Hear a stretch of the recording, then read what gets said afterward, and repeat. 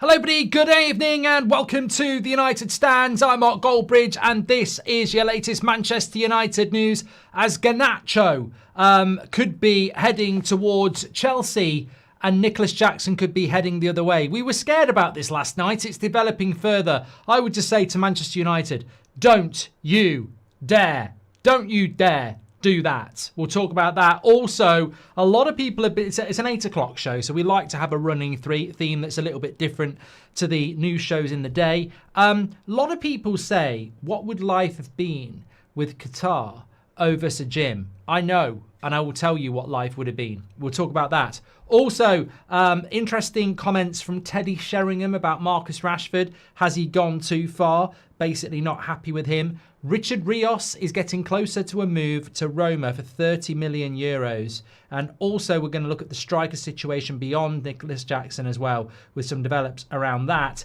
And scary news, really scary news, there is the return of something unpleasant. Like flushing the toilet and looking down and it just won't flush. Yes, winning team photos are back. They are back. It's not a joke. Check out the United Stand Twitter account. Bruno was on one of the winning teams today in training. They were there, thumbs in the air, smiling. One of them like that, like a bad smell.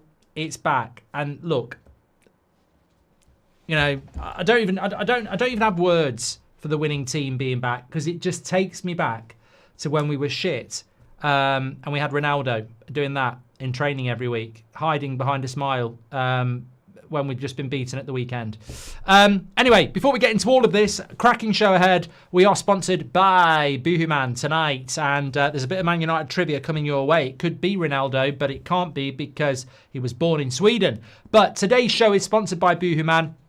We love Boohooman here on the United Stand, and our audience receives an additional 10% site-wide on top of whatever is already being offered in the Boohooman store. You can check it out through the link in the description or by scanning the QR code. So basically, if something's 50% off on their website, you can put the Goldbridge code on top and you get that further 10% on top of the 50%. So check that out. They've got underwear, they've got outerwear, they've got coats, they've got gym wear, they've got five-a-side wear, they've got everything at very reasonable prices with discounts across the website, and you can get an extra 10% with the code Goldbridge, getting you an extra 10% as well. So check that out. And also, because it's Boohooman, they have a little bit of trivia for us. As I said, who am I? Well, can you guess the former or current Man United player? I was born on the 3rd of October 1981, which means they're 44, and started my professional career at Malmo in 99. After Malmo, I played for Ajax, Juventus, Inter Milan, Barcelona, AC Milan and PSG. I joined Man United in July 2016 on a free transfer from PSG and scored 17 goals in my first full season. Whilst at United, I won the Community Shield, EFL Cup and was part of the squad that won the UEFA Europa League, although I missed it due to injury. I then joined LA Galaxy, played until 2019 and then I returned to AC Milan. I retired from football in 2023 and now work as a senior advisor at AC Milan. Of course, I did think it was Jesper Blomqvist for a little bit. But as soon as we started going through the list of teams, I knew it wasn't. It is, of course, there is only one word. It is Zlatan.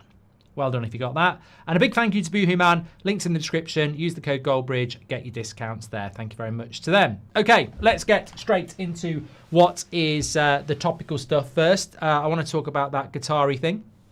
I also want to talk about whatever you want to talk about. You drive the 8 o'clock shows and people already are, because Tighty Whitey is a new member. Thank you very much for supporting the channel. And so is Gabrielle. We really appreciate you getting your badges in and supporting this great community. Really appreciate it. Thank you very much.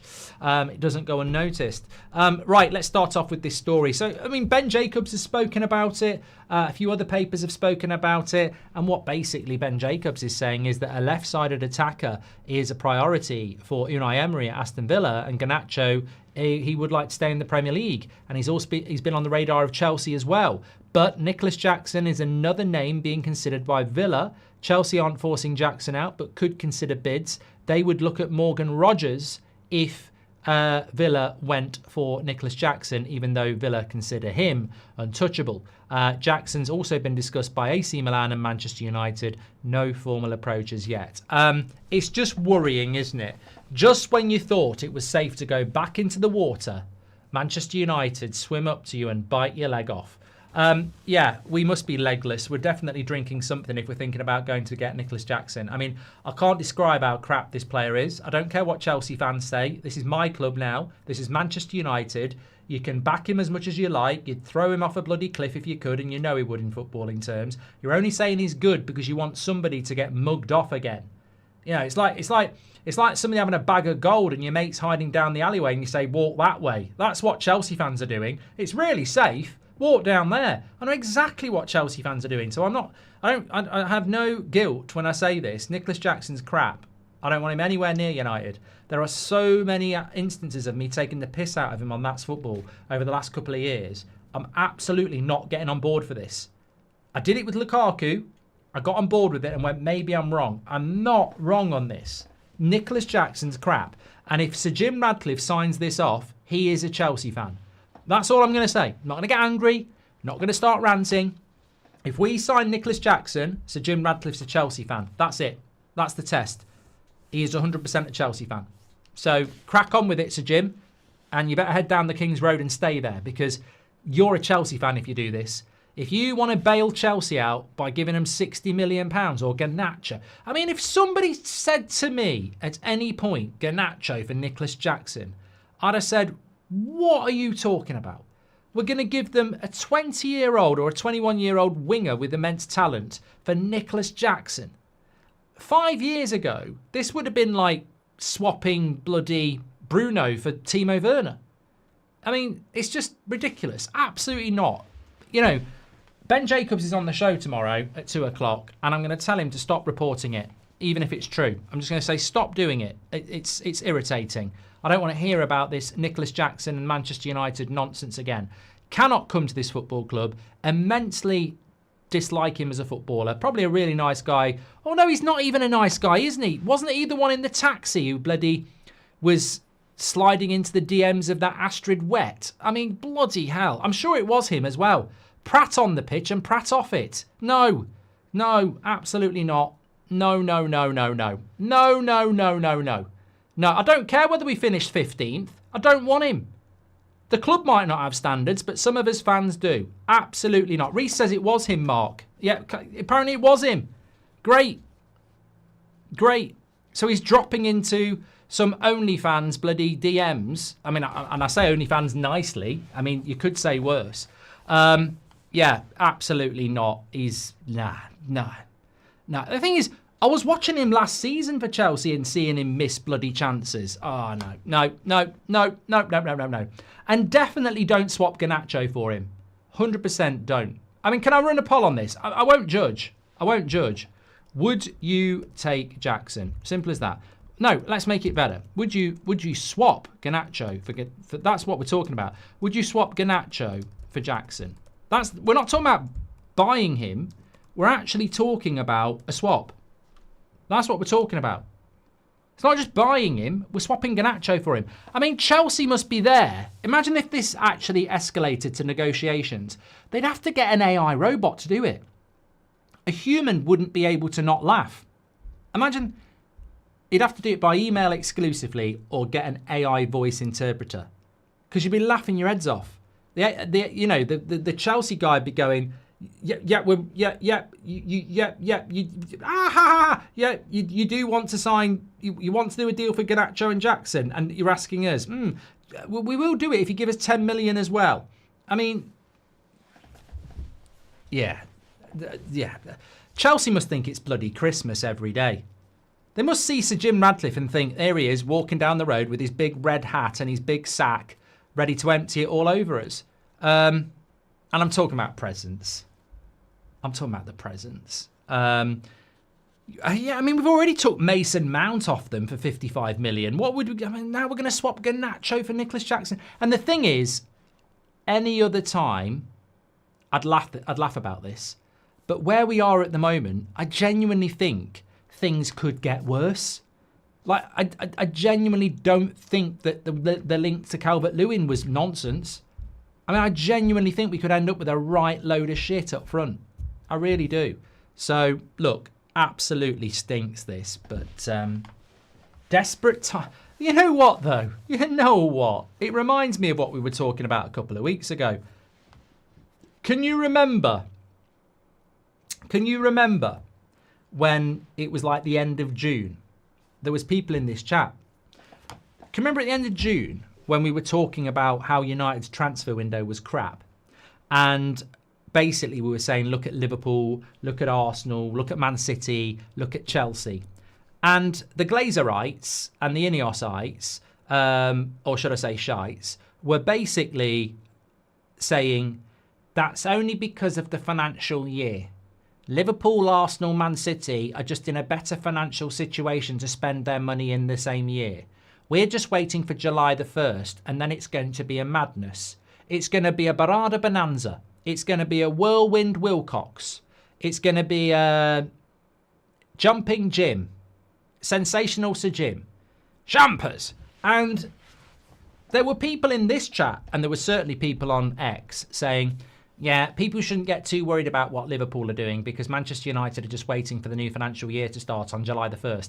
Hello. Hello. Hello. Hello. I wish I knew someone Scottish. Hello. I'm Scottish. It's July the 16th. Hello. It's July the 16th. So, you know, I don't forget, and I don't think we should forget, when we get abused and toxified and get called toxic, because in the end of June we were saying we've messed this transfer window up. And this lot were going, well, you're all going to look really stupid on July the 1st. Stop being so negative. Stop being so negative. You know, on July the 1st, we're clearly waiting for that. And here we are on July the 16th, and we're still not sold anybody, and we've still not bought anybody since we were saying that in June. So, yeah, things can get worse because I hate being right. I'm sure all you hate being right. But for those of us who said at the end of June, this transfer window is descending into a mess, I would now say in the middle of July, we're entering the desperate zone. We're entering the desperate zone. And if you don't know what the desperate zone is, basically anything can happen. Anything can happen. You can buy any old rubbish. It's like being at a car boot sale. We would just be desperately trying to buy anything at this point. But you know what? I've just reminded myself. I remember saying, sort of around the 20th of June, we won't have a striker on the tour. And some people were saying, oh, you're just being over the top. And I said, we're going on tour in 4 weeks' time. We won't have a striker because we're not talking to one. And we would never get a deal done in 4 weeks. I didn't actually think we wouldn't have started talking to a striker before the US tour. That's something very different. But there we go. So look, yeah, keep an eye on Garnacho. Keep an eye on Chelsea and Jackson. I mean, if we do this, there's just no way. There's just no way. I would rather have Watkins, way better. Jackson is a flop, a complete joke if the club swap him for Garnacho, says Mohammed Idris. I've got a theory about Watkins. I actually think he'll end up at Newcastle. In some way, shape or form, I think he might end up at Newcastle. And I think it'd be a good deal for Newcastle. Yeah, I think Watkins might end up at Newcastle. Because I don't think they're going to... I don't think they're going to get Ekitike. I think Ekitike is going to go to Liverpool. And I think Newcastle might go for Watkins. They've clearly got the cash as well. So we won't get him. So, I'm confused as to what option we're on now. Delap was plan A. Gyökeres was plan B. We spoke to Ekitike and inquired about Osman. So let's say combined plan C. Watkins looked like he was plan D.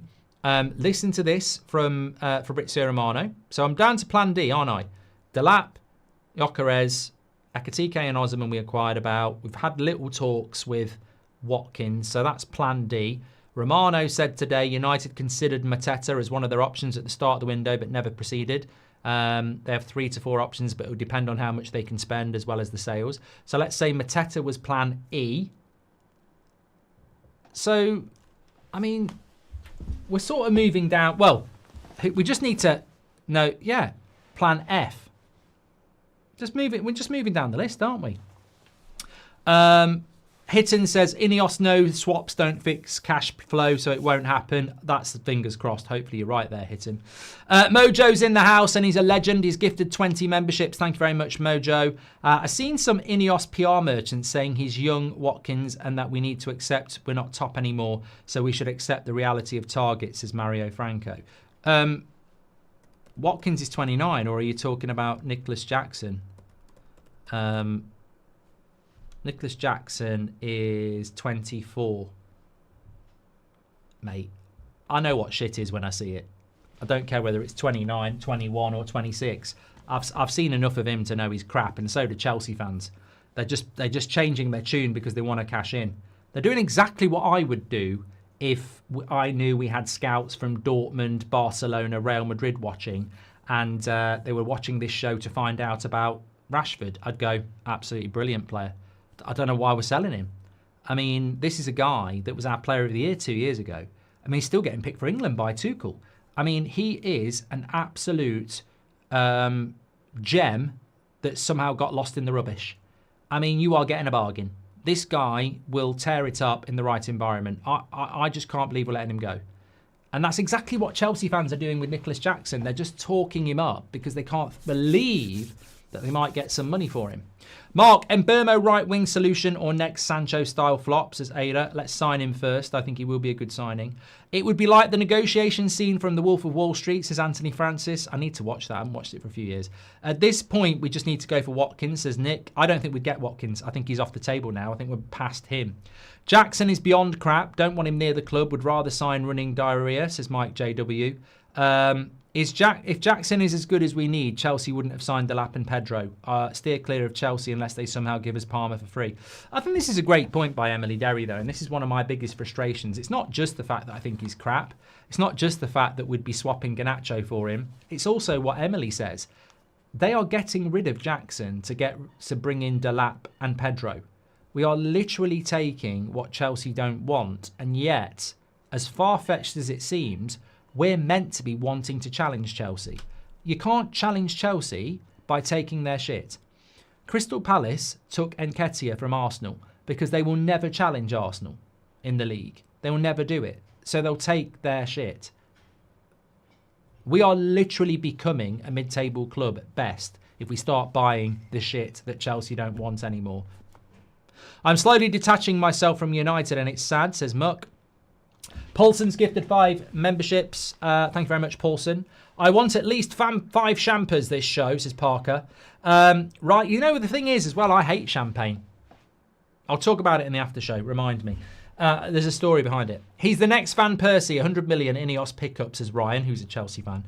Need to walk away from Brentford and look like we have a set of balls. Go get Watkins, at least he can mentor Højlund and Xerxes, says Citizen Z. I heard another Man United journalist today saying that Man United have offered over £60 million for Mbeumo. I mean, the club must just be putting it out to anybody who'll listen. We haven't offered £60 million for Mbeumo. We've offered 55. Add-ons are not the final fee. Offer 60, let's see what happens. If we swap Garnacho, we may as well let my missus run the club. Absolutely no clue about football, says Lee. Sounds like an improvement. Jackson has been laughing stock in the Chelsea fan base. Have INEOS fired their entire scouting department, says Marlow. So Gareth Southgate says Jackson would be a huge upgrade on Højlund. I actually don't even think that's a relevant point. We can't buy people just because they're better. I mean, do you want Jordan Pickford in goal because he's better than Onana? No. It's not to take us to the top 4. Every signing we make should have the potential to take us to top 4.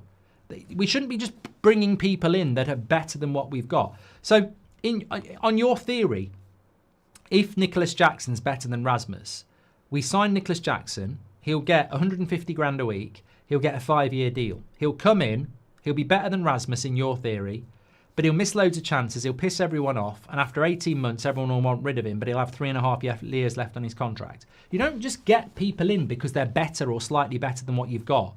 You get people in that can be part of your future. Nicolas Jackson's a load of shit.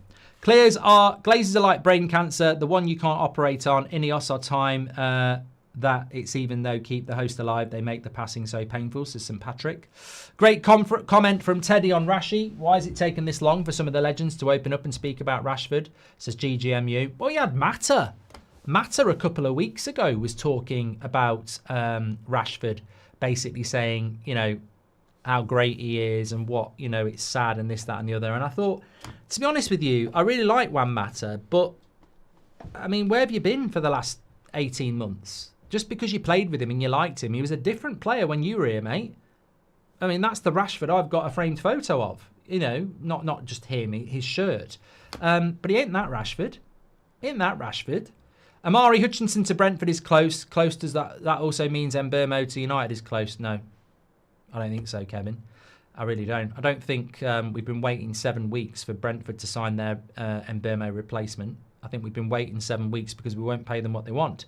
Paulson's gifted 10 memberships. You're a legend, mate. Thank you. Liverpool apparently shockingly in for Rashford. No, they're not. Simply Red. We spoke about that this morning. We know it's total shit. Given we've messed up the striker signing, would you be open with a loan for Jackson with no option to buy? Not ideal, but does there come a point where it doesn't make sense to buy a striker on the long term? The Beast, I'll give you my honest answer. There is no scenario where I would take Nicolas Jackson at United. I think he's total shit. I don't like him as a player, and I don't want him in a Man United shirt. And I won't back him, and I won't support him. So, no, I don't want him anywhere near the club. If we're doing shows in the future and he plays for Man United and you lot want him on loan or you want to back him, that's up to you. I'm not going to change my mind on this. I think it's a horrific idea. The same as Calvert-Lewin. So I'm not going to, same as Jamie Vardy. Rubbish idea, stupid idea, thick idea. If this is what we've been planning for the last few months, then they're liars. They've not been planning this at all. If we can't get value for Garnacho, would you keep, says Yanni? It's a nice theory. I like that. But we've backed ourselves into a corner where we can't keep Garnacho, haven't we? Why do I always feel like at the end of the day before I go to sleep, Amrim knows exactly what he's doing, and if he's not happy with the situation, he'd leave the club today before tomorrow, says Ibrahim. It's a nice thought. Thank you very much for that. Doesn't matter who we sign now. We're going on tour with the same trash. Amrim starting the season on the back foot as if it wasn't hard enough, says Nick P. Well, I think I'm about to read this quote from Teddy Sheringham about Rashford, but I want to drop something and then come back into it. But before I do that, I think if we're being completely serious, today was quite a depressing day for us as Manchester United fans. Not because we're no closer to selling anybody and not because we're no closer to buying anybody. We launched the kits and even United couldn't deliver anything around it. That's how bad it is. I would have bet 3 weeks ago that today would have been Mbeumo day or Mainu new contract day, because that's what we do. We drop a bit of news around a new kit to boost the sales. This is how bad it is. We can't even do that. We can't even do a deal on new kit day. So what you get is Xerxes messing around with a selfie camera, taking pictures of Bruno in the new kit. And you sort of like go, sorry lads, I like Xerxes and I like Bruno, but you were shite last season as a collective. You can't just have a month off and then come back and pretend last season didn't happen. This team was shit last season. Like, you lost the last competitive game we saw you. You didn't turn up in a Europa League final and messed everything up. You go on holiday and then we see you again in the new kit going, hey, oh, yeah. And I think it's like we're meant to just wipe our brains here. Like, nothing's changed. Like Nick P said, you're still the shit team from last year. And now you're in an away kit and we're meant to go, hey, the lads are back, And then on top of that, we get winning team photos again. And it scares me. It scares me because when we say things can't get worse, if we've got the players from last season modelling the kits and we've got the players from last season doing winning team photos and the club think that's a good idea, that's really scary. That's really scary that they've gone, yeah, just get the current players in the new kit. Get some winning team photos out. These morons will swallow anything. And I sat there today and I thought, I can't believe we're just using the current team in the new kit. I can't believe we're getting winning team photos out like last season didn't happen. You've changed nothing. It's the same manager with the same players who finished 15th and embarrassed themselves in the Europa League final, who've been on holiday and look a bit leaner. And then they're doing winning team photos.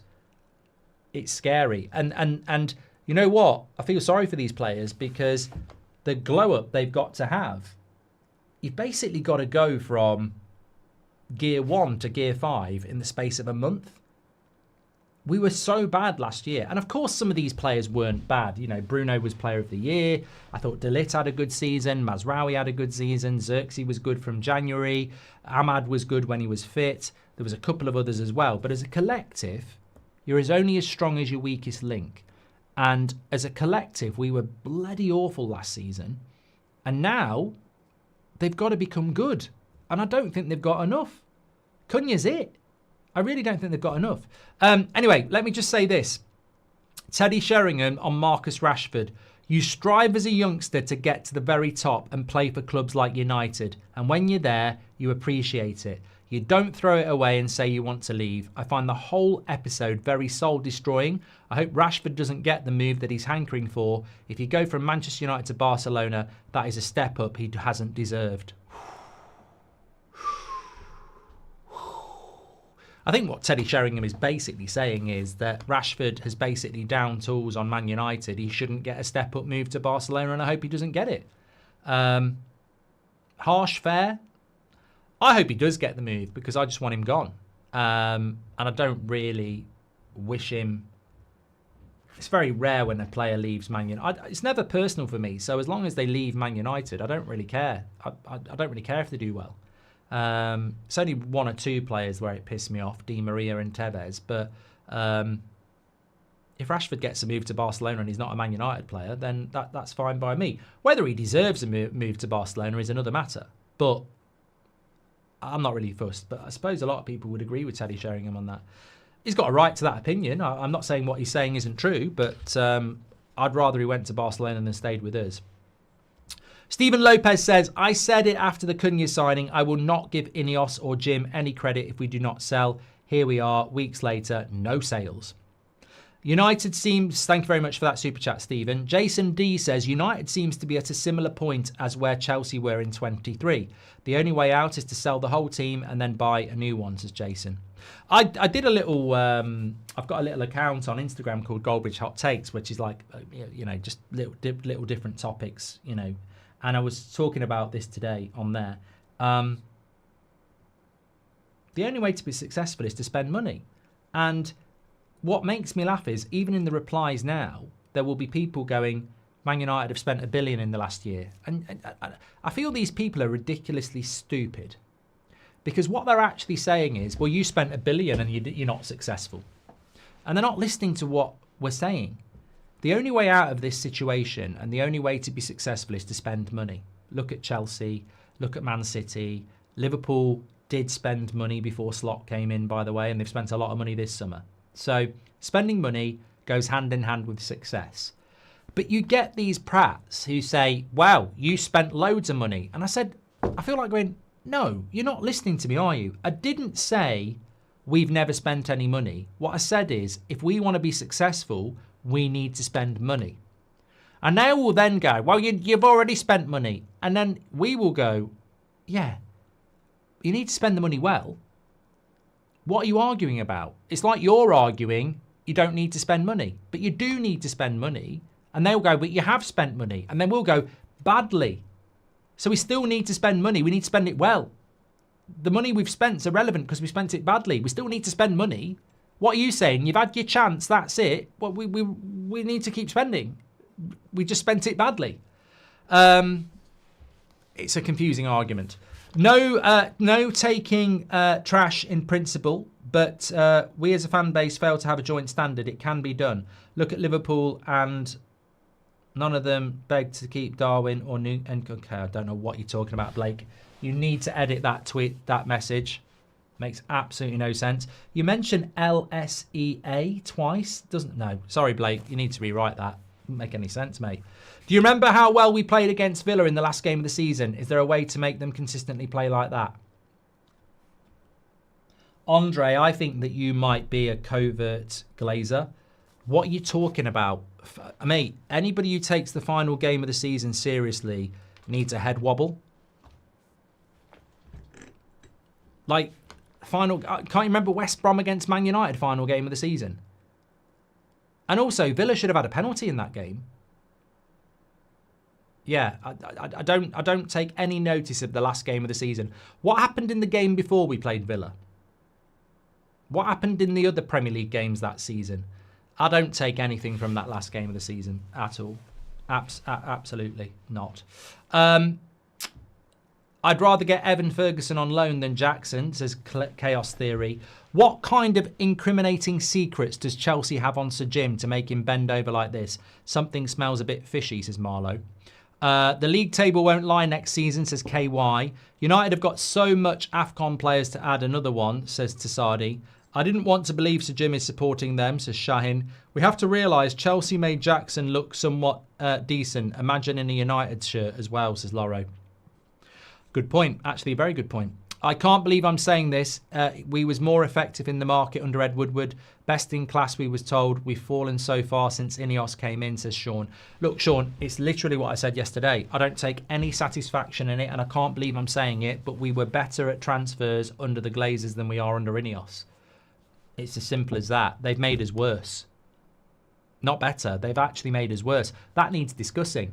You know, on the next Sky Sports, Carragher and Neville, that needs discussing. Like, they've made us worse. Start the conversation. I'll chair it if they want. But actually, that reminds me, getting a bit late into the show for this. I wish I'd said it earlier. Every now and again, people say, imagine what would have happened if the Glazers had sold the club to Qatar, and how different the situation would be. Wonder what would have happened. I know exactly what would have happened if we'd been bought by the Qataris. Look at PSG. PSG Qatari ownership is basically what we were going to get, but obviously a little bit different because of multi-club ownership and everything. But it would have been the same model. And the best thing about that is that we would have got the educated Qatari football club ownership, not the first 7 years of PSG where they made a lot of mistakes buying Galacticos. We would have got the Qatari playbook from PSG, where you're buying people like João Neves, where you're buying people like Kvaratskhelia. Look at what they've done to PSG, and we would have been the jewel in the crown. We would have been seen as a bigger opportunity than PSG because we're Manchester United. So when people say, what would Qatari ownership of Manchester United be? Obviously, some people would still have problems with that. I respect that. Morally, that's fine. But in a footballing sense, we would be basically what PSG is. Similar sort of signings, similar sort of mantra, similar sort of approach, globally, commercially, and successfully. They would have took us from being shit into the top four by now in 18 months, guaranteed. And the quality of players we'd be bringing in would be very, very different. The debt would be gone. The stadium would be being self-funded. And they would be finding ways, a la Todd Boehly, to get money in. Whether that be selling hotels, selling land, selling the women's team. Tell me I'm wrong. I think it's very, very obvious what would have happened if we'd been bought by Qatar. And I think, again, those people who champion Sir Jim in the media and in the fan base won't face up to it. Now, they can scream and shout about morals and, you know, being an oil club and, you know, all that sort of stuff. But the question is, where would we be if the Glazers had sold to Qatar 18 months ago? In a footballing sense, it would be very similar to PSG. There'd be no debt. They'd be building, regenerating with their own money in the Manchester area. You can still make your choice on whether you think that's good or bad, but I think the playbook's there with PSG. Is it better than where we are now? Well, I just want to support a football club that's actually living up to its name. I just want to support a football club that's somewhere near the top of this league. I want to support a football. I mean, it's so painful that we don't play in the Champions League. It's embarrassing. I like the Champions League. I actually enjoy the new format. I didn't think I would. But imagine what it would be like. Manchester United should be in it every single year. And we're just not part of that story anymore. And you know what? Europe's starting to get used to it, but they were shocked. Like for a couple of years, they were like, where's Man United? And now it's like, well, even they've expected it. Doesn't matter who we sign now. Done that one from Nick P. Hi, Mark. Do you think that we have secretly agreed a deal for Mbeumo but been told to wait? No. No, Razzler, I don't. I don't think it's Brentford holding this up. It's us. Watch the show from this morning. We are spending 1.6 million every fortnight on wages for Rashford, Garnacho, Sancho, Malacia and Anthony. 1.6 million every 2 weeks. I think we're holding off on deals because we're paying those wages. Why would we get another striker who misses 90% of his shots, says Junkyard James? Not defending INEOS in any way, says Ian Tracy, but we've been linked with a lot of shite since they came in and they haven't gone for them. Hoping this is the same, says Ian Tracy. Peter Evans, thanks for joining the members club. Appreciate that. Hope you're doing well, Alpha Gaming. Just seen you in the live chat. It's making do with what we have worse than Plan F, says Lewis Birch. Mate, I think if we don't bring a striker in, it's abysmal. And if we bring a crap striker in, it's abysmal. But that's what happens when you mess a transfer window up. You know, you need something. If you don't get it, it's embarrassing. If you mess it up so bad that you get something shit, you may as well not have bothered. And that's where we are now. It's horses for quarters, isn't it? You say tomato, I say tomato. It's whether you get nobody or you bring in a shit striker, toss a coin. Because we've messed up, like Nick P was saying. What happens if United finishes bottom half again, says Kanan? Well, Amrim probably loses his job because that's what the media will push.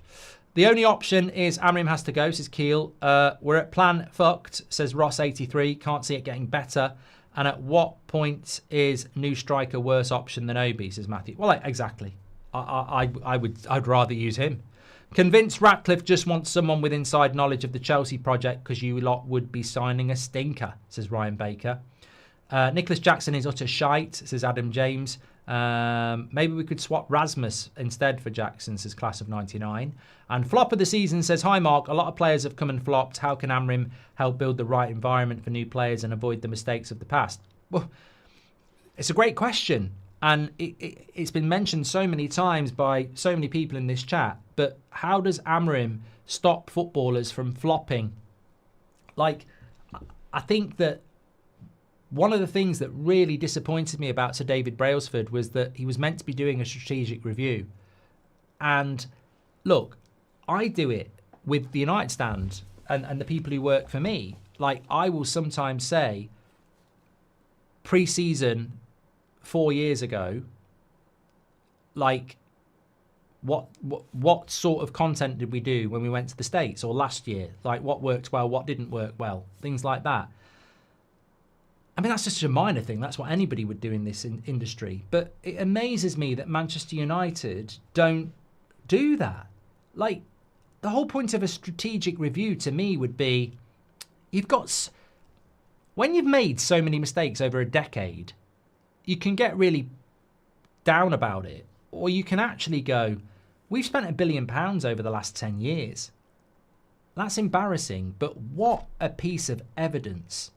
We've got knowledge no other football club's got on how to be shit at transfers.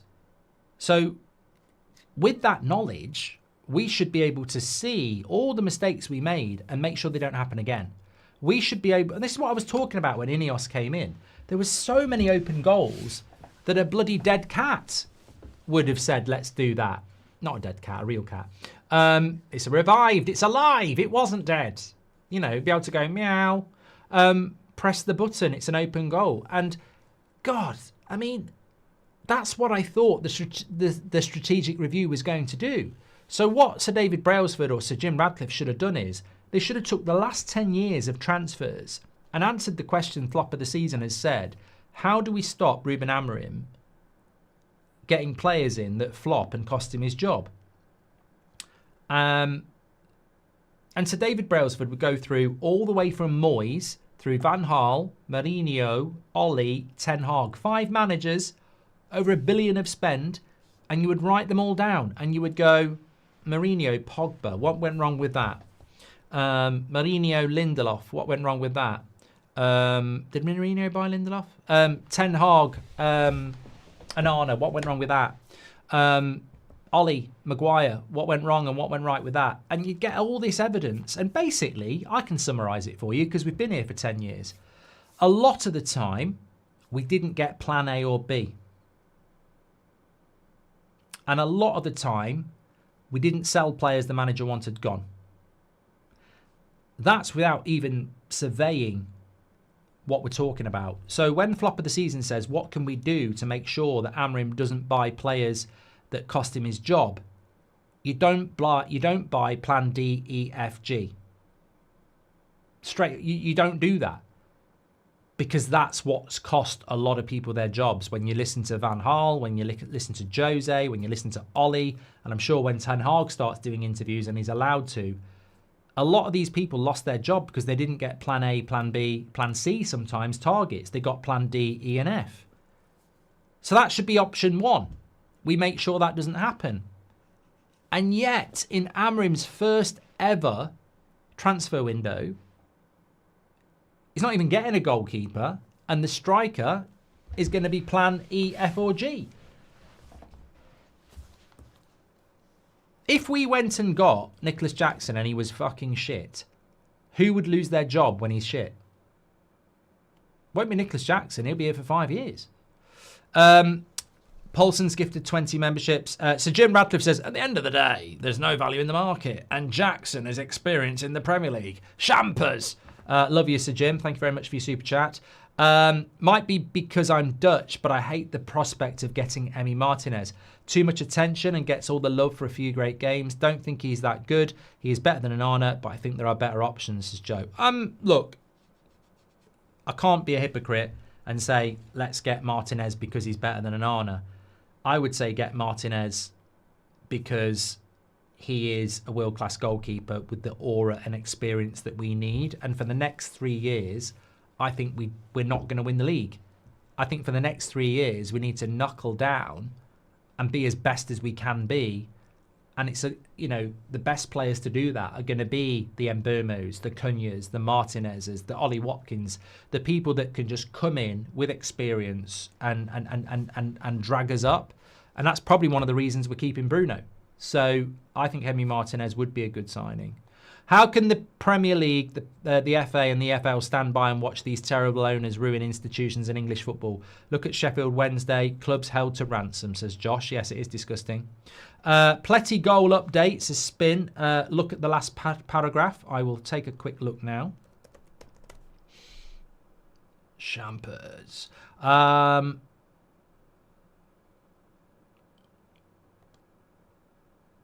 I don't think that's the one because that's about a Hoffenheim player. I ain't done anything, mate. Oh, Liverpool are willing to pay more than what Newcastle have offered for Hugo Ekitike, and Eintracht Frankfurt have been informed about it. There is no agreement between Newcastle and Frankfurt yet, despite advanced talks between Newcastle and the Ekitike camp. However, Manchester United are still involved and are monitoring the situation closely. My God, where are we monitoring the situation from? The other side of the planet on bloody Twitter? I mean, we haven't got a pot to piss in. What are we going to pay? What are we going to pay with? Tesco club points? I mean, come on. Come on. And also, we're never winning a transfer race against Newcastle and Liverpool. Never, ever, ever, ever, ever are we going to do that. So, no. Thanks for the update, Pletty Goal. He's probably just throwing us in for a laugh. Probably helps his algorithm. Romano says several clubs have started to move for Nicolas Jackson as his exit from Chelsea remains possible this summer. AC Milan deal currently off, price too high and no intention to proceed. Premier League clubs making initial approaches. You know when your mouth gets saliva in it before you throw up? Yeah, I mean, no, on a serious note, right? And I am being deadly serious here. If United do this deal, they haven't got a bloody clue about this football club.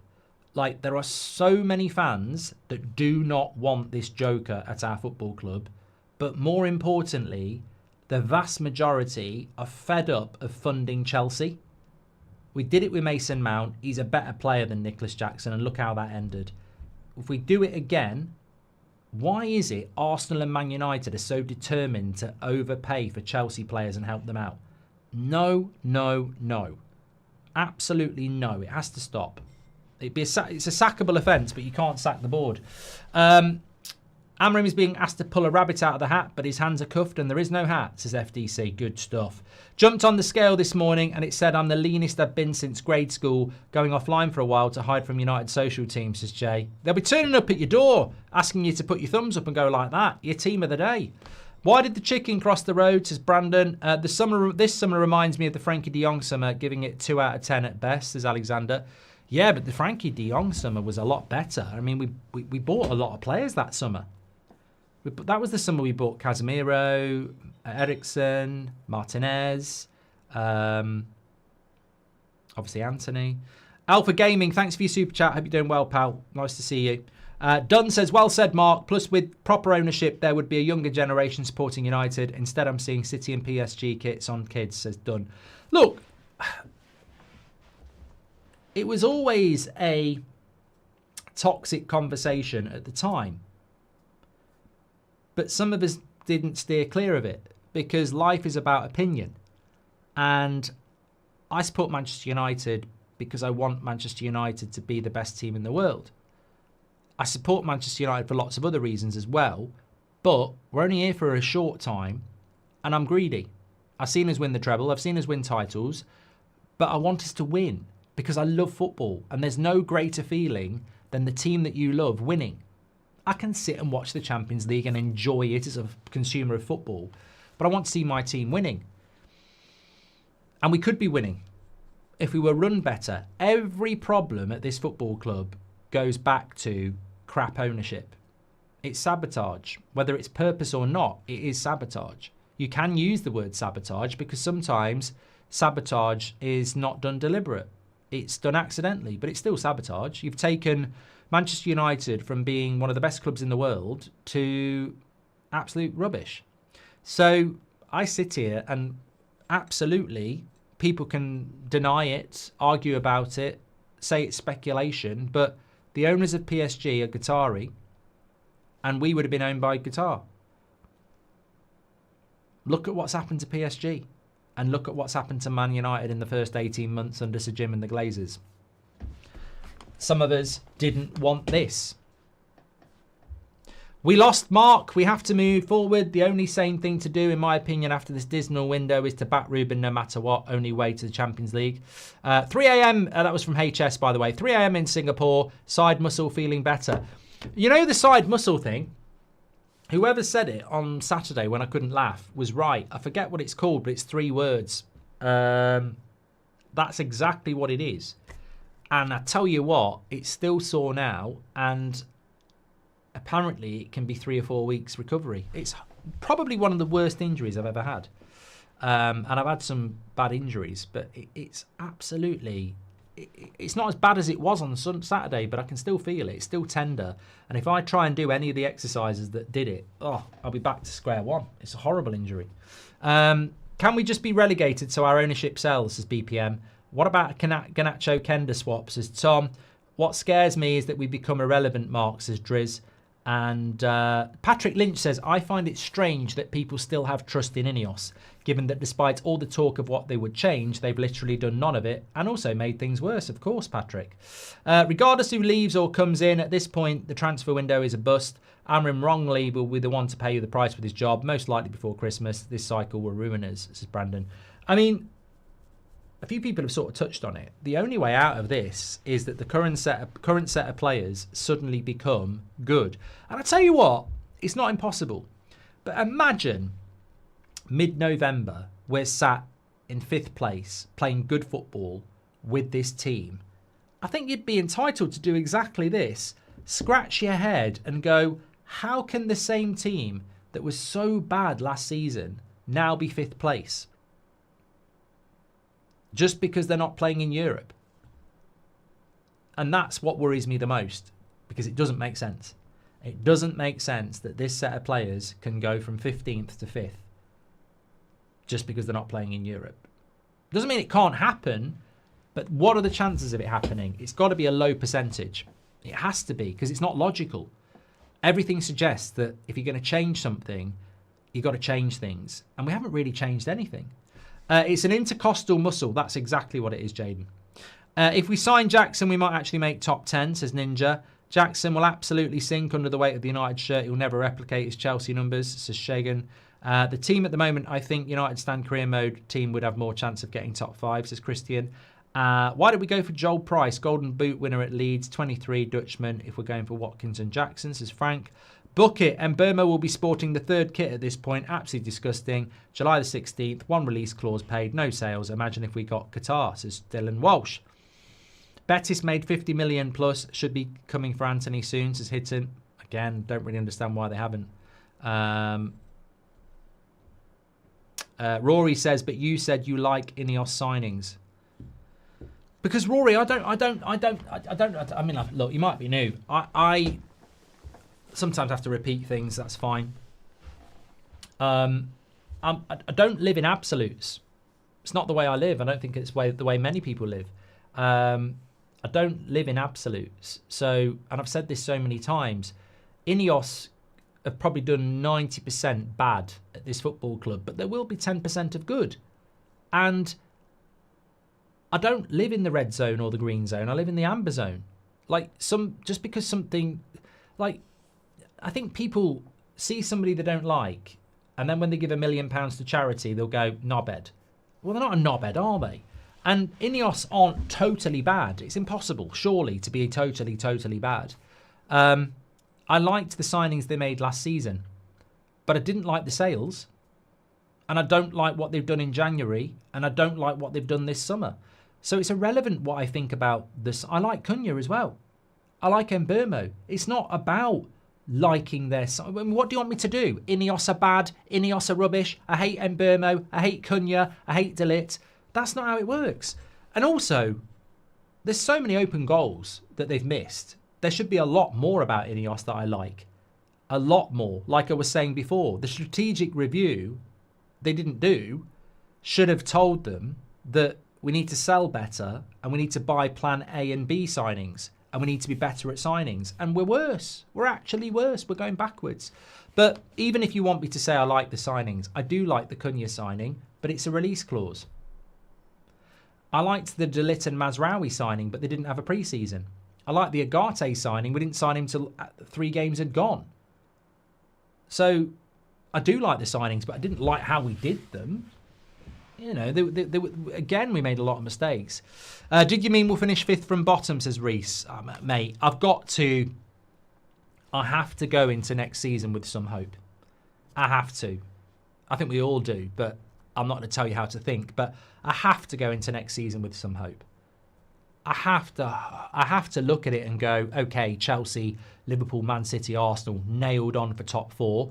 But if Newcastle struggle with Champions League and the Premier League and pick up a few injuries, if Thomas Frank's a bad fit for Spurs, Villa haven't bought anybody and they're playing Thursday night football, and if Bournemouth, Brighton, Fulham and everyone else and Forest are all shit this year, suddenly 5th place might open up to us. We'd have to play well though. So no, I'm not going to not dream, but I am dreaming. And that's not because I'm pro INEOS or the Glazers. And that's not because I don't think these players are as bad as they were last year. That's because I support Manchester United and I want us to win. How many times did we fall out last year when we were losing in the league and I was going, all that matters is the Europa League, all that matters, and then we lost that as well. I always want us to win. There's been so many times. I remember the Brentford game when McTominay scored those 2 late goals and I was celebrating. And on the match reaction, there was a lot of people calling me embarrassing. And I went, well, I'm embarrassing then, because actually, regardless of whether we don't like Ten Hag or we don't like McTominay or we don't like the Glazers, I just want Man United to win. I've never not wanted us to win. I want us to win. I don't want us to lose. That's why I'm here. I think some people like the drama. I hate it. I just want us to win. If we could win the league next year and everyone had to go, we were wrong, I'll love it. All I want is a manager and an owner that know more than me, that I can trust. Because I had that, and it's a great feeling. You can still be opinionated. You can still have an idea about transfers. You can still talk about the game and do your player ratings. But it's a great feeling when you're being run by people that you trust. And And it's a shame that so many of you have never had that, because we've had 20 years of the Glazers. The destination is important, but in this case, the journey is as important. It's obvious that INEOS know where they'd like to be, but not how to get there in a footballing sense. Well, the thing is, Emily, when there's no accountability, there's no accountability. And what I mean is, you're right. They know their destination is to get to building the stadium and the regeneration project over the next 5 to 10 years and doubling their money, because Man United's value will go up when they've got the Wembley of the North. So they know they're going there, and they know no one's going to stop them going there. So they know for the next 10 years where they're going. And there's no jeopardy. It's not like a political party or a manager where you can get sacked or replaced. They 100% know that they're at Man United for the next 10 years. They're there for as long as they want to be. But on the footballing side, we're looking at it and going, you're sending us down a hole. You're sending us down a hole. And you don't seem to be caring about it because you know you're here for the long run anyway. And that's a terrible mix. Really bad. It's the hope that's killing us because it's all we have. While everyone else is investing, we are a mess, says Mike. INEOS are the Labour Party of football, says Harvey Jackson. Promised the world to get in, do nothing they promised, and base someone else's like the market, says Harvey Jackson. Thank you very much, Harvey. Do you think Ruben would walk away after his contract is over if INEOS and the Glazers won't give the player he wants, says Akash. I don't know. I've said it myself, I think, before with previous managers, but if we're being completely calm and composed, what manager walks? You won't think anything of Amorim in 2 years if he walks. If Amorim walks and we start doing well, you won't think anything of him, and he'll be potless. He signed a contract. You get sacked by Man United, you earn 10 to 20 million pounds. He won't walk. He might threaten to walk, but he won't walk because you're forgotten very quickly and you're potless. He won't walk. He won't walk, and he'd be stupid to walk as well. You may as well wait for the sack. For whatever it's worth, I believe we can win at least 4 to 5 more games next season, helping us to get 15 more points, getting us to around 8th or 10th. That's the best way we can hope for, says Mojo. Thank you, Mojo. Appreciate that. 3 realistic signings you would want to happen besides Mbeumo before the start of the season.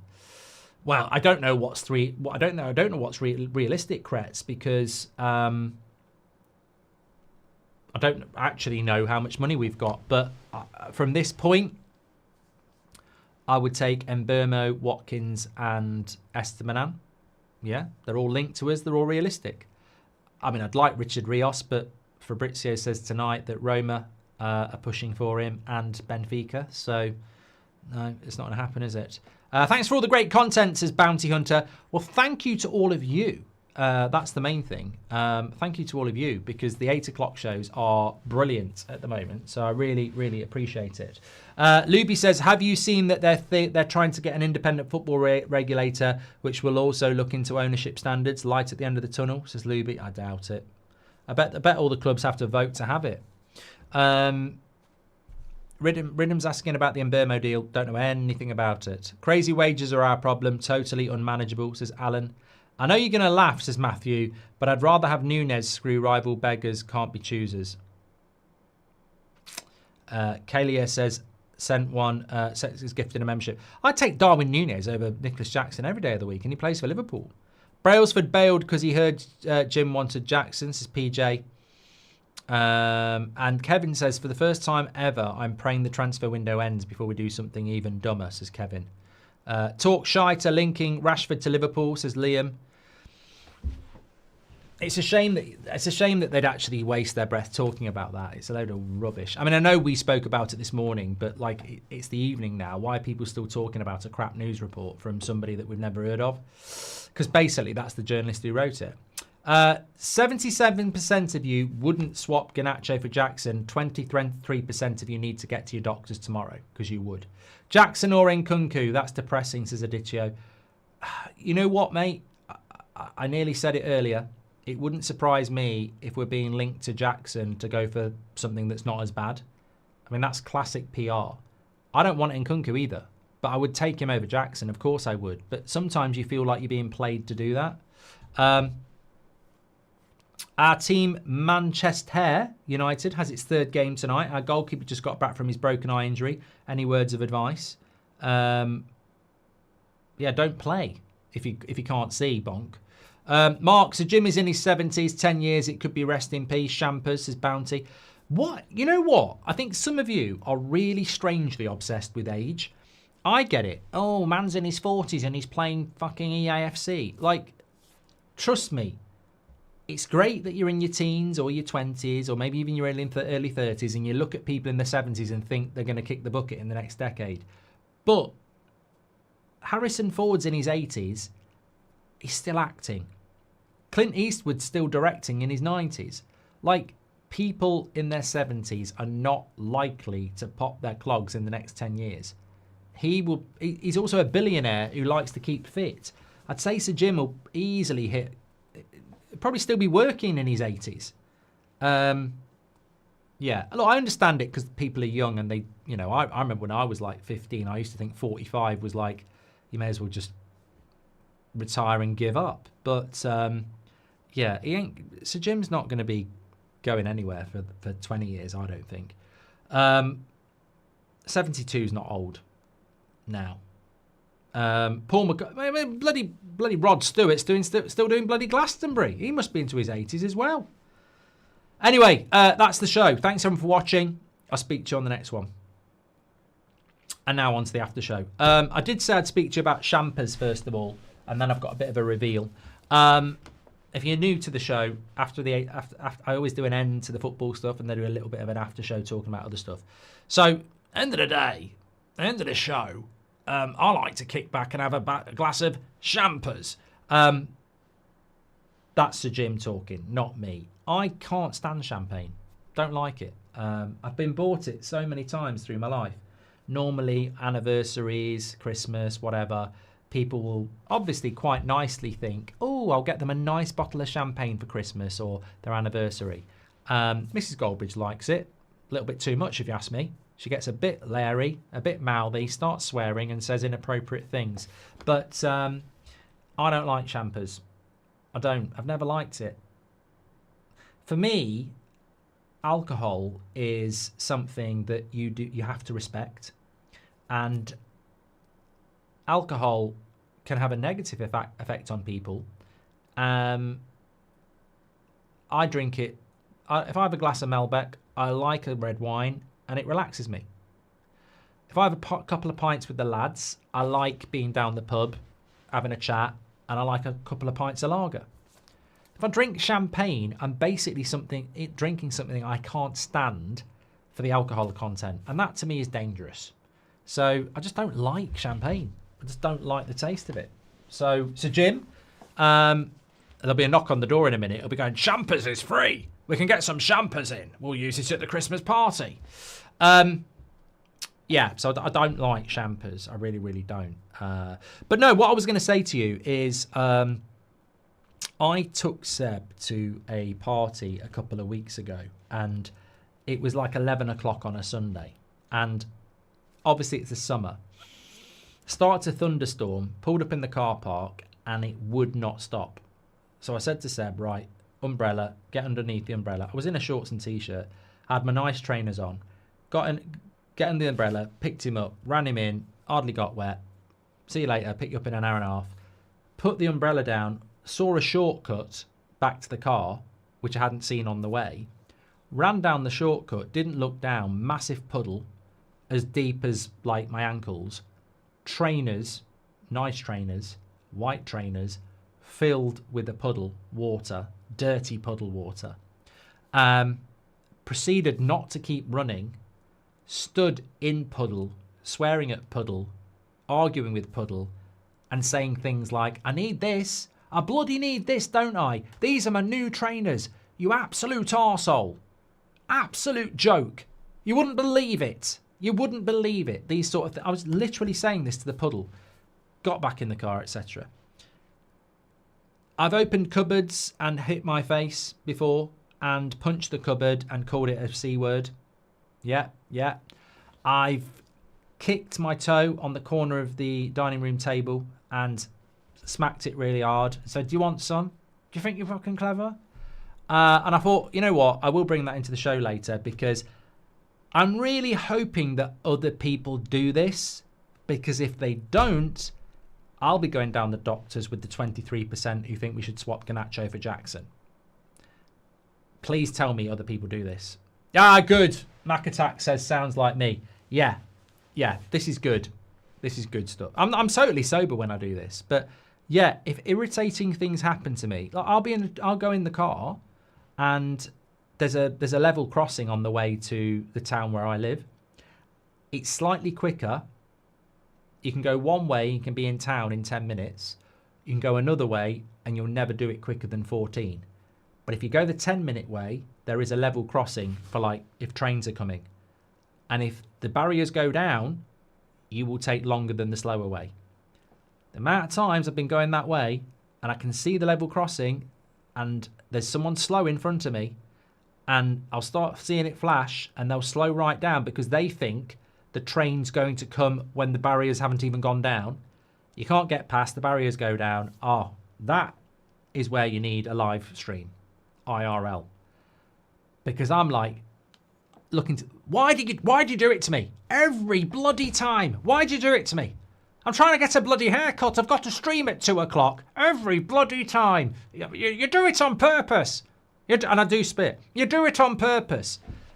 Who am I talking to? Who am I talking to? I don't even know if God's real. I don't know. I don't know, but I do it all the time. It's a therapy thing. I do. I vent to God knows who. Coffee tables, cupboards, puddles. Yeah. Aren't we sneaking up on our... stop doing the football questions. It's over. Not doing any more football questions. It's the after show now. Jeff Evans says, sometimes you just got to pop off, says Jev. Do you do it when you're watching porn? Oh, you have to bring it down, don't you? You have to bring it down. No, I mean, I've never watched that sort of stuff anyway. But, and if I was watching that stuff, the last thing you want to do is be noisy. You've got to put headphones in, lock the door, and make sure you're not disturbed. I wouldn't be there to do it if I did believe in that filth. So I've heard. I would not be sat there going, yes, come on, have it. Yeah, I mean, that's a horrible thought, isn't it, actually, that some people might think that I would watch that sort of thing whilst giving a commentary of it. Get in. Oh, what a finish. Oh, get in. Absolutely. He's going again. He scored in the wrong goal. Oh, my, what a prat. Yeah, no. Somebody there is thinking this would be a great watch along. Dennis, thanks for being a member. Thank you very much for that. Appreciate it. Why would you lock the door? Well, a friend of mine once, and I don't know why you'd lie. We were down the pub one night when we were about 18, and he told us that he was upstairs in his bedroom doing something, and he'd left the door slightly open. His mum walked in and went, "Your dinner's ready." And, well, she got a bit of a fright. So that's why some people lock the door. Unexpected guests, basically. Lovely. A friend of mine, definitely wasn't me. It was Kev. They were called Kev. Yeah. Okay. What are you doing now? I don't know. Well, I'm watching a TV series at the moment, and actually, that works quite well. I've never really understood. You know, when you're watching a film, a good film like Heat, or a good TV series, Game of Thrones before the last season. I've always had an awkward relationship with sexual activity on TV or film. When I was younger, if you're watching a film and it starts happening, it's awkward if you're, watching it with your parents. I'm talking about a film like Top Gun, you know, and that would be quite tame. And then I think when you're older and it's on the TV and you're with your missus, it's a bit like almost awkward because I don't want her to think that I think it's good. So I sort of go, oh, this is odd. I don't want to watch this. I've never really got on board with why some TV series get quite graphic in the sexual activity area. Just get on with the story. Get on with the story. Just cut away and, you know, don't need 5 minutes of breasts and, I mean, more and more now, you start to see the other bits as well. Yeah. I mean, it's bad enough watching it on Attenborough, you know, the wildlife stuff. The Emperor Penguin hasn't had it up for 5 years. But the female's ready, and he's gonna have a good time. He's literally giving her the Rogering of her life, and she's very receptive. Attenborough, yeah, what a legend. Did you watch The Last of Us, says Christian? I'm glad you asked me this. I watched it, and then I'll never watch it again. I think it is the biggest load of shit. It should be on the Disney Channel, actually, and I'll leave it there. Ticking every bloody box again and completely misinterpreting what the source material's all about. I had so many high hopes for it, but I just think, like a lot of things on Disney, they're more interested in, you know,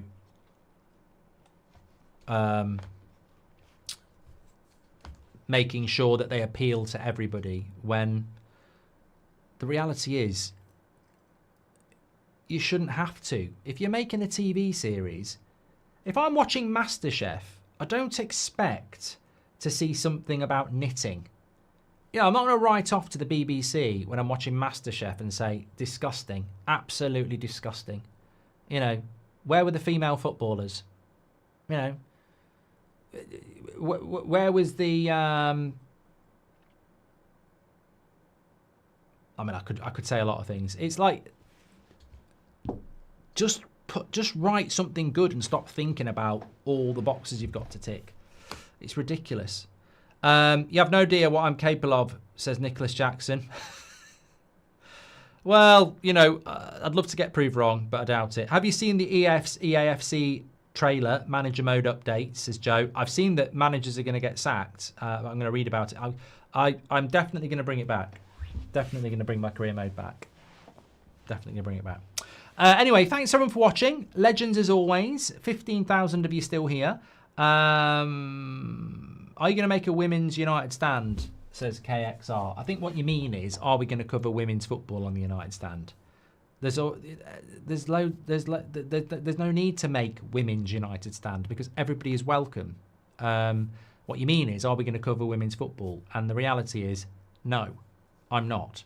But never say never in relation to somebody else doing it. Is the programme for the community of Manchester only? I keep turning in all the time, and I can't get mentioned. No, that's not the case, Cyrus. You just got mentioned there.